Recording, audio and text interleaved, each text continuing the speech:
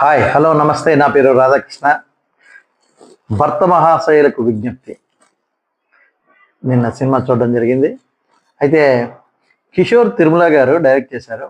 సినిమాలో హీరో రవితేజ గారు, మీ అందరికీ తెలిసిందే, mass Maharaja. Next Dimple Hayathi and Ashika Ranganath heroine. Ashika Ranganath గారు అండ్ డింపుల్ హయాతి. కిషోర్ తిరుమల గారు డైరెక్టర్. సినిమా చాలా ఒక రకమైన, అంటే ఒకప్పుడు జగద్బాబు గారు, అంతకుముందు సోనబాబు గారు, అలా సుమన్ గారు, కొంత సుమన్ గారు కూడా చేశారు ఇద్దరు భార్యలతో. అంటే ఇద్దరు భార్యలు కాదు, ఒక రకమైన ఎఫ్ఐఆర్ దీని మీద నడిచింది. ఆ విధంగానే ఈ భర్త మహాశైలకు విజ్ఞప్తి అనే సబ్జెక్ట్ కూడా ఒక పెళ్ళైన ఒక వ్యక్తి కొన్ని సందర్భాల్లో కంపెనీ పని మీద వెళ్ళడం, మరి అక్కడ వేరే అమ్మాయితో ఇంటరాక్ట్ అవ్వడం, ఆ తర్వాత ఇక్కడికి రావడం అనే సబ్జెక్ట్ మీద నడిచింది సినిమా.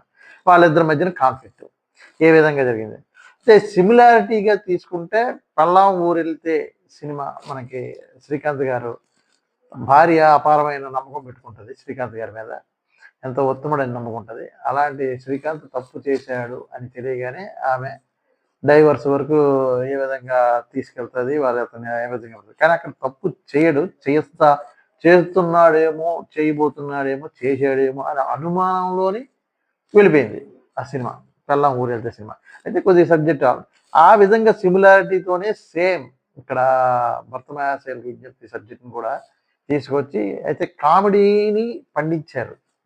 రవితేజ గారు యాక్టింగ్ అనేది అందరికీ తెలిసిందే. చాలా దీనిగా ఉంటుంది, జోవియల్గా ఉంటుంది. అండ్ మంచి హాస్యాన్ని కిషోర్ తిరుమల గారు అయితే అందించారు.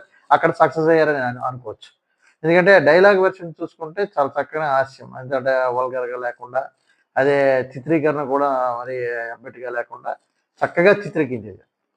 చిత్రీకరణలో కూడా ఎటువంటి పొరపాటు లేదు. సినిమా అయితే ఏంటంటే ఇద్దరు భార్యల కాన్సెప్ట్లోని నడిచిన సబ్జెక్ట్ కాబట్టి చాలా మందికి ఫ్యామిలీ ఆడియన్స్కి కనెక్ట్ అవ్వచ్చు.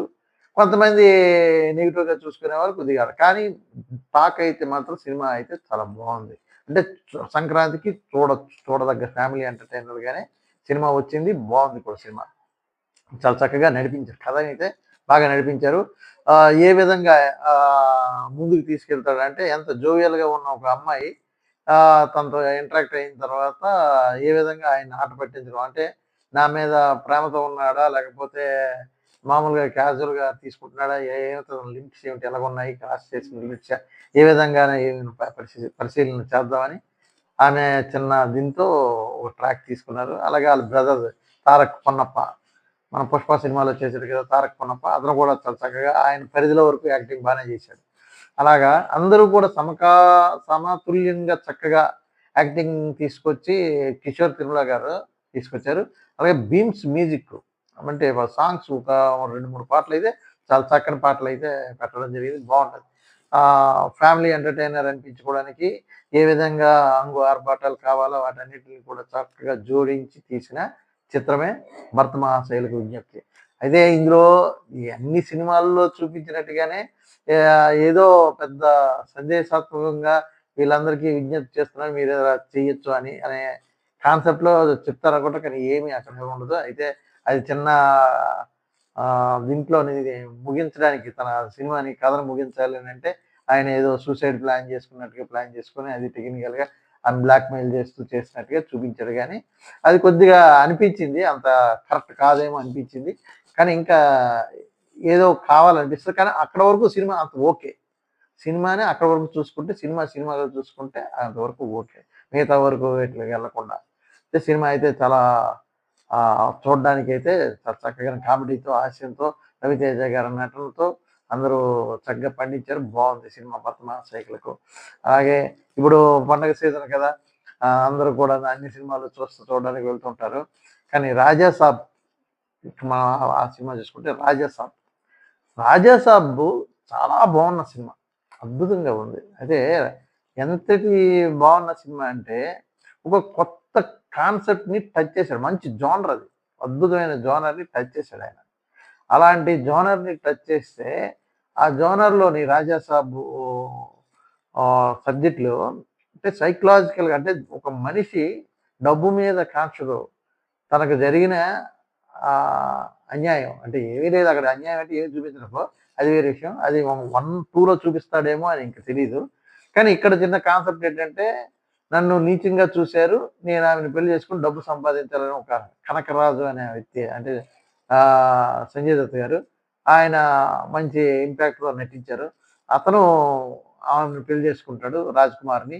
ఆ రాజ్‌కుమార్ తాలూకా ఆస్తి అంతా ఒక దగ్గర పెట్టుకొని అతను ఆ డబ్బు మీద కాంక్షతోని అలాగే బతుకుతాడు తప్పితే తదనంతరం కూడా ఎవరికీ ఇవ్వకుండా పారిపోయి అతను ఒక దగ్గర ఉండి నరసాపురం ఫారెస్ట్‌లో ఉండిపోతాడు.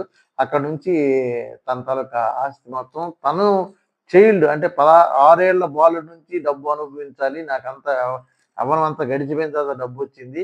ఇలా కాదు 6 ఏళ్ల బాలుడి నుంచి అనుభవించాలి డబ్బు అనే కాంక్షతో తన భార్యని పిశాచాలకి అర్పణం చెయ్యాలి అని ఒక క్షుద్ర విద్యలు నేర్చుకొని మా చేద్దామని చెప్పి ప్లాన్ చేసుకున్న అతను ఏ విధంగా ఫెయిల్ అయ్యాడు. మనవడు అమ్మమ్మని, నాయనమ్మని ఏ విధంగా కాపాడుకున్నాడు, నాయనమ్మని ఏ విధంగా కాపాడుకున్నాడనే సబ్జెక్ట్. అయితే రాజా సాబ్‌గా ప్రభాస్ గారి నటన అద్వితీయం. సూపర్.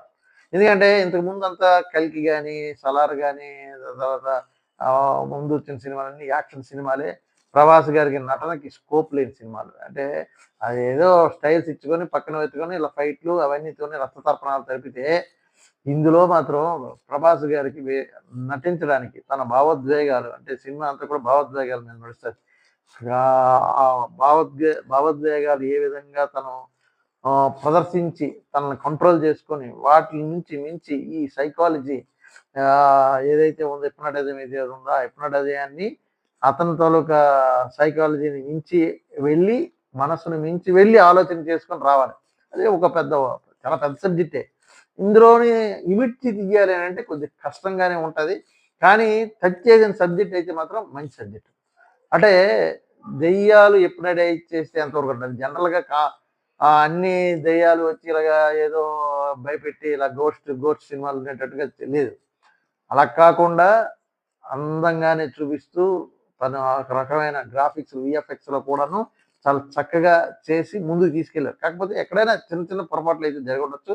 కానీ సినిమా చూడడానికి మాత్రం 'రాజాసాబ్' చాలా బావుంది. అందరూ కూడా చూడదగ్గ చిత్రము. అది అంత నెగెటివ్ ఏమి లేదు. దీనికి అందరూ నెగెటివ్‌గా చూసి అంటే ప్రభాస్ ఇమేజ్ ఒక ఇమేజ్ చట్రంలో ఉన్న ప్రభాస్‌ని ఆ విధంగా చూసిన పాన్ ఇండియా, పాన్ వరల్డ్ లోపల చూసిన ప్రభాస్‌ని ఈ విధంగా చిన్నగా బతిమాలుకోవడం గాని, లేకపోతే ఇద్దరి మధ్య ప్రియురాల మధ్యన ఉండిపోయి నలిగిపోవడం గాని, ఇలాంటివన్నీ కూడాను ఆశించినంతగా అంటే ఓవర్ ఎగ్జాగరేటెడ్‌గా ఉన్న ఫ్యాన్స్ ఆశించినంతగా లేదు. యాక్షన్ సీక్వెన్స్‌లు లేవు. ఇలాగ భయపెట్టాలు కూడా భయంకరంగా లేవు. రాక్షసులతో పోరాటాలు లేవని ఇలాంటివన్నీ మనసులో పెట్టుకొని ఎక్స్‌పెక్టేషన్స్ అన్నీ హై అవ్వడం వల్ల సినిమా పోయింది అని చెప్పి తీసుకొచ్చారు. కానీ 'రాజాసాబు' చాలా చక్కనైన మూవీ చూడొచ్చు. బావుంది. అయితే యాక్షన్ సీక్వెన్స్ లేవు కాబట్టి పోయిందనుకుంటున్నారు గానీ, చూడడానికి మాత్రం ఫ్యామిలీ ఆడియన్స్ కూడా ఎళ్ళే పండక్కి చూడాల్సిన సినిమావే. అందరూ కూడాను చూడండి 'రాజాసాబ్'. ఆ విధంగా భర్త మహాశయులకు మీ ఇష్టం. మీరు ఏ సినిమాలకెళ్తారో అందరూను. అలాగే ఈ సంక్రాంతి పండుగను అందరూ కూడా జోవియల్‌గా చక్కగా అందరూ చేసుకుంటారని కోరుకుంటున్నాను. అందరికీ మరొకసారి సంక్రాంతి శుభాకాంక్షలు. ఈరోజు భోగి శుభాకాంక్షలు. అందరూ కూడాను చక్కగా పండుగను అందరూ ఆనందించండి. హాయిగా ఉండండి. సుఖ సంతోషాలతో వెల్లివిరియాలని కోరుకుంటూ మీ రాధాకృష్ణ. Thank you.